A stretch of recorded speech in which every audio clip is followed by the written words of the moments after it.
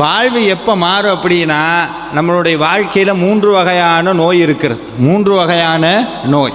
இந்த உடம்புல ஒரு நோய் வரும், அது தலைவலி, காய்ச்சல், இப்போ இன்னும் கொஞ்சம் நேரத்தில் மூட்டு வலி, இன்னும் இப்படியே பேசிக்கிட்டு இருக்காருன்னு எல்லாம் இந்த இப்படி வந்ததுன்னா உடம்புல வர நோய். உடம்புல ஒரு நோய் வரும், அது காய்ச்சல், தலைவலி, அது எல்லாம்.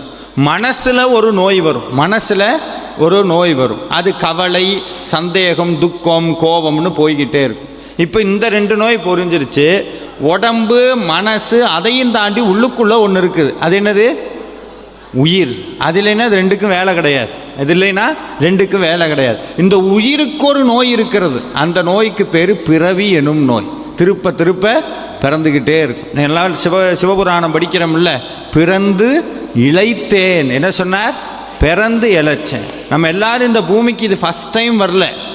எத்தனை தடவை வரும் யாருக்கும் தெரியாது. 7 கடல் மணலை அளவிடணும் அதிகம் எனது துயர் அவதாரம்னார் அருணகிரிநாதர். 7 கடல் மணலை கூடி எண்ணிடலாம். நான் எத்தனை தடவை இந்த பூமிக்கு வந்தேன்னு எண்ணவே முடியாது. ஆனால் ஒவ்வொரு தடவையும் வந்தப்போ எப்படி இருந்தேன்?